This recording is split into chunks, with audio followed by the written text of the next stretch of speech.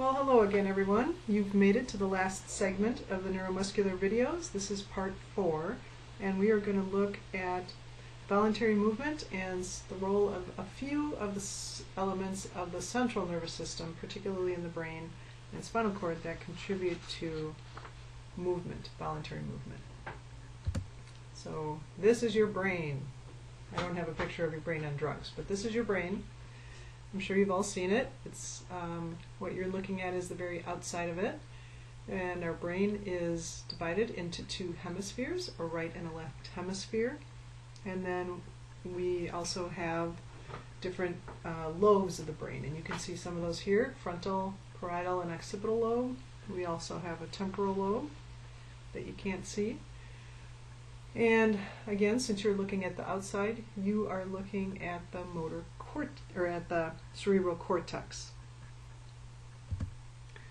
So this is a little bit more of a colorful view. This is just one half of the brain, so we're looking at it from a side view. And of course, in the front, you have the frontal lobe, and that's in blue. And then in the middle, middle to the back, we have in purple the parietal lobe. The very back in green is the occipital lobe. We have, and then in the kind of the bilious green color, mustard color, we have the temporal lobe. And again, the cortex is the level where consciousness occurs, and so this is responsible from a motor standpoint in generating motor activity, voluntary motor activity, and it is also responsible for you perceiving sensory information.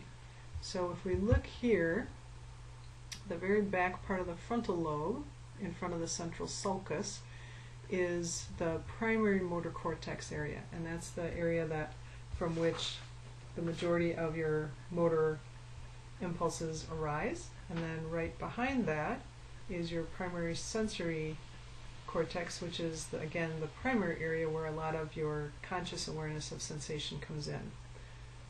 Now, of course, people have spent their lives studying the brain, and we continue to study it through functional magnetic resonance imaging and other more sophisticated techniques. But a long time ago, there was a guy named Bradman, and he studied the brain, and he numbered all the different areas and gave them names and tried to identify what happened, what functions occurred in those areas of the brain. So all those little numbers with the circles around them are called Bradman's areas.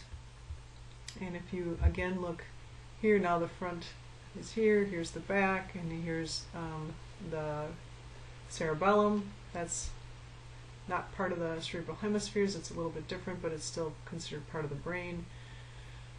Here's that central sulcus again. So area number 4 here is considered the primary motor cortex, and then there are some other areas that are also associated with motor activity that are kind of these red 6 and 8, these reddish ones. And then again, right and back, areas 1, 2, and 3, Bradman areas, are the primary somatosensory cortex. So somato referring to body sensation. And then there's the sensory association area behind it. So all sorts of different areas. And as I mentioned earlier in one of our video lectures, the central nervous system, or the nervous system in general, doesn't operate on a straight linear principle. You know, impulses just don't go from point A to point B to point C. They go from point A to points B through D, and then, you know, from each of those points they can go through points E through M, kind of all simultaneously. And so there's a lot of activity going around. But when we're thinking about generating voluntary movement, it's fairly accurate to say that that is going to be generated here in the back of the frontal lobe. When we talk about perceiving sensory information, it's pretty accurate to say we're going to perceive it here on just the front of the parietal lobe. When we further look at the motor and sensory cortices, we can look at how our body is represented. And so this is kind of an odd view, but here's our primary motor cortex, and then in blue is the primary sensory cortex. And so what they've done now is looked from the front view and stylistically represented what parts of the body are represented in what parts of the motor cortex. So we're kind of going from the inside between the hemispheres out around to the outside of the brain. And this representation is called the motor homunculus. So homunculus just means little man. And so what they're trying to show here is what part of the brain controls voluntary activity in different portions of the body. So for example, we can see here that on the very inside, where the hemispheres kind of fold and come together, is where the lower extremity is represented. So if you go up and you're going to kick something, that impulse was generated somewhere around here in your motor cortex. If you're going to go manipulate something with your hands or fingers, you're going to do some typing or pick up something to drink, that impulse is going to be generated here at this part of your brain, etc. One thing to appreciate is how much brain space different parts of the body get. So if you look at this, and of course there are more indentations than are represented here, but there are a lot of neurons devoted to control of just the hand and the wrist and the fingers. Probably more area than is devoted to the entire lower extremity as a whole. And this really ties back to what we talked about earlier with the size of motor units. So if you have very small motor units in an area, that means you have a lot of axons that each just have a very small number of muscle fibers. You're going to need a lot more brain space to control all those motor units to create that precise motion. When you're looking at something like your leg or your trunk, you're going to have really big motor units. So one axon is going to control a lot of muscle fibers. You don't need that much brain space to control, those fewer axons. The other thing you see, of course, is the face and the mouth and the throat and the tongue. Speech, swallowing, those are very fine motor coordination activities as well. You might not have thought of it that way, but it takes a lot of coordination. Think how long it takes you to learn how to speak when you're first born, right? We learn to walk anywhere from 9 or 10 months up to a year or so, a little bit more than a year, but we don't learn to speak until much later. And so the coordination it takes to generate precise articulation is a lot different. So we can see that represented here as well. So we can see location, where in the brain motor activity starts, but we can also see relative amount of brain power devoted to different parts of the body. On the right hand side, you see here a very similar thing. This is the sensory homunculus. So very similar, it's the amount of sensory brain space devoted to different parts of the body. And we see highlighted here the very important interrelationship between sensory input and motor output. And it's probably not a big surprise to you that, again, we see a lot of brain space devoted to the fingers and the hand, a lot of brain space devoted to the mouth and the lips. These are areas that are very sensitive, have small receptors, small receptors, so many receptors covering a small area of the skin. So think back when we looked at that two-point discrimination diagram. In the upper back area here, we had a big receptor controlling taking input from a big area of the skin. So that really wouldn't require a lot of brain space to interpret that. But here we've got a lot of receptors sending a lot of information up to the brain. So we need a lot of brain space to interpret and to become consciously aware of all that sensory input. So very similar diagram here. We get a lot of brain space devoted to motor control, and we get a lot of brain space devoted to sensory input of areas where we have more fine motor activity, and then correspondingly less for gross motor activity. Okay, let's move on and talk about a different part of the brain called the basal ganglia. And basal meaning base, so this in ganglia is like little groups or little balloons or little collections of cells. So the basal ganglia, and ganglia is plural, ganglion is singular, that means there's a bunch of structures kind of right around the level of the thalamus. So here's the thalamus, again kind of at the base, close to the base of the brain, and that's showed in a different view here. And it's a collection. So here it shows you where you're cutting through to see the basal ganglia. So basal part, again, just base of the brain, ganglia, a number of structures. And these structures work as a group to coordinate motor activity and also to improve posture and equilibrium. So you might be more familiar with elements of the basal ganglia if you've heard of Parkinson's disease. And Parkinson's disease is a disorder of the basal ganglia. And if we look at the elements, some of the things that go in the basal ganglia are the putamen and the globus pallidus, for example. But when we have disruption of the basal ganglia, then we have tremor, there's rigidity, we see people with a lot of trouble initiating voluntary movement. Those voluntary movements are very slow, or once they get started, they have trouble stopping. So starting and stopping motion, controlling motion, tremoring. So where the cortex is the initiator of that voluntary activity, the basal ganglia is very important in refining it, making sure it's smooth and coordinated.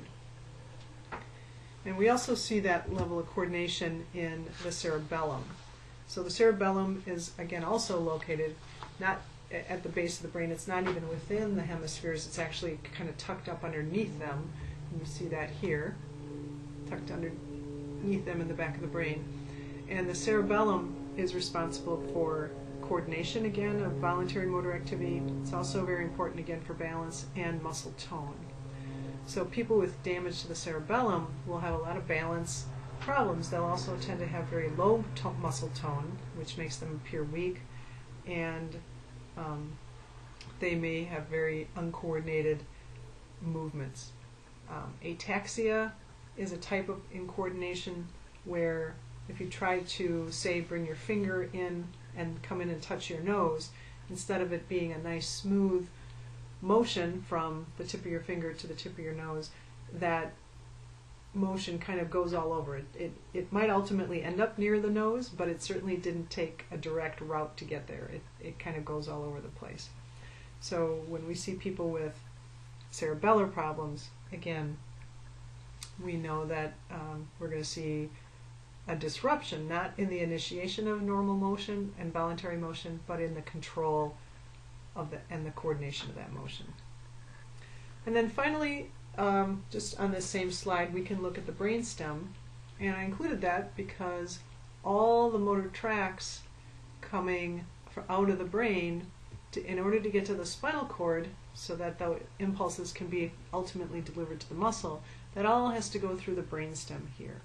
So it's just a very important relay station for all the motor information. In addition, the brainstem also contains a lot of structures that help us keep awake and keep alert and able to focus. So, of course, if we're drowsy or tired, our motor activity and performance is not going to be nearly as good as when we're really awake and focused and ready to go. So there's that element, but I think just more importantly, it's a very critical relay station. So in order for impulses for normal motion and coordination to start in the cortex and to be refined by the basal ganglia and the cerebellum, in order for all that to get to the spinal cord and out to the muscles, it has to go through the brainstem. Let's talk again a little bit about the spinal cord. We've talked a lot about it before from the standpoint of the gray matter, because we were looking at how the peripheral nerves arose out of the spinal cord. So let me go to, the wrong way. So we looked a lot at the gray matter and how the nerves, sensory nerves came in to the dorsal horn, and how motor nerves came out of the ventral horn. But we kind of ignored what was going on in the white matter of the spinal cord, and that's what I want to look at now. And the white matter is really responsible for sending impulses up and down the length of that spinal cord. So you can think of it as like fiber optic cables or rapid transit network.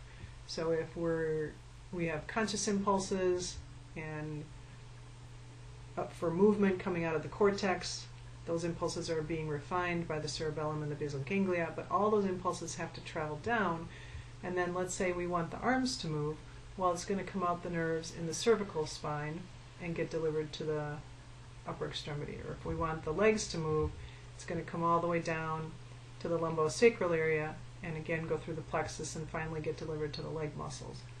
So that is very important. And so the white matter contains what we call tracts of neurons that rapidly send those impulses, those motor impulses down through descending tracts, and the sensory impulses into the spinal cord and up to the brain through the ascending tracts.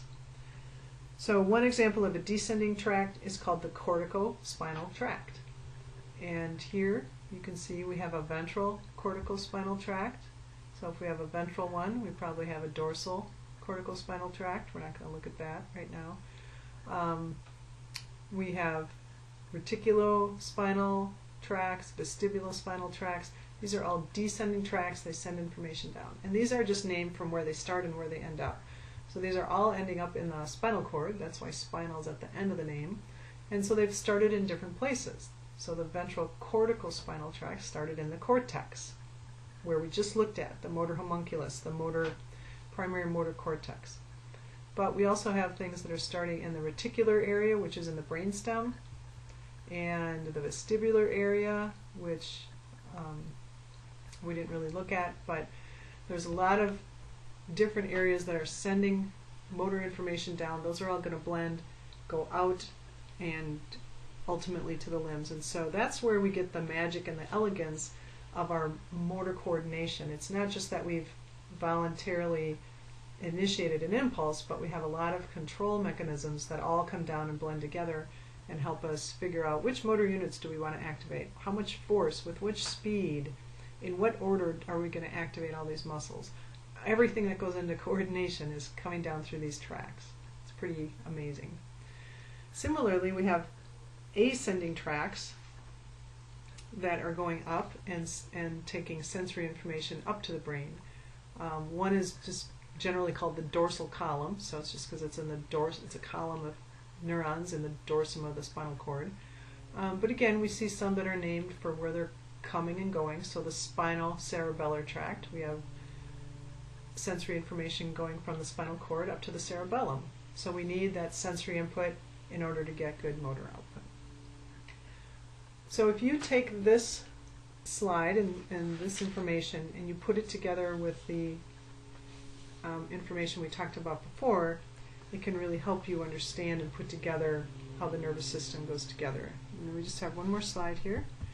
And this again is showing the tracts going through different levels. So if we're looking here, starting up in the motor cortex, we have it coming down, going through the basal ganglia. So this little thing that looks like an owl, there's our basal ganglia area. It's going to come down through the midbrain, the pons and the medulla, and that's the brainstem. So it's getting more refinement from there.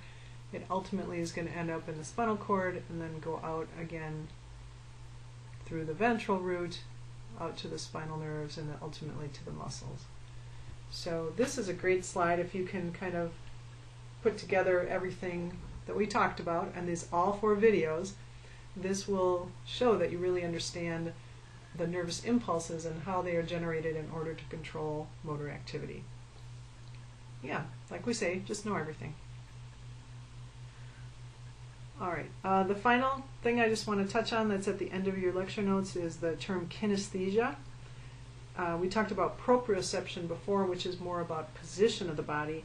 Kinesthesia, if you look at the root of that, kinesthetic, like we talked about kinetic or kinematic, it's more about movement of the body. And so understanding and being aware of how fast we're moving, how far we're moving, so our range of motion and our speed, the force of movement that we're generating, all those types of things. And again, this kinesthesia is also refined by a lot of the proprioceptors that we talked about, those unconscious receptors coming in, and that allows us to produce good kinesthesia or well-coordinated movement. So that is it. You've made it through all 4 parts. Congratulations. Thank you for taking the time to review this, and I'm I'm very happy to have you come in during office hours or other class time and ask questions and make sure that you have a good understanding of this material. All right, take care and I'll see you soon.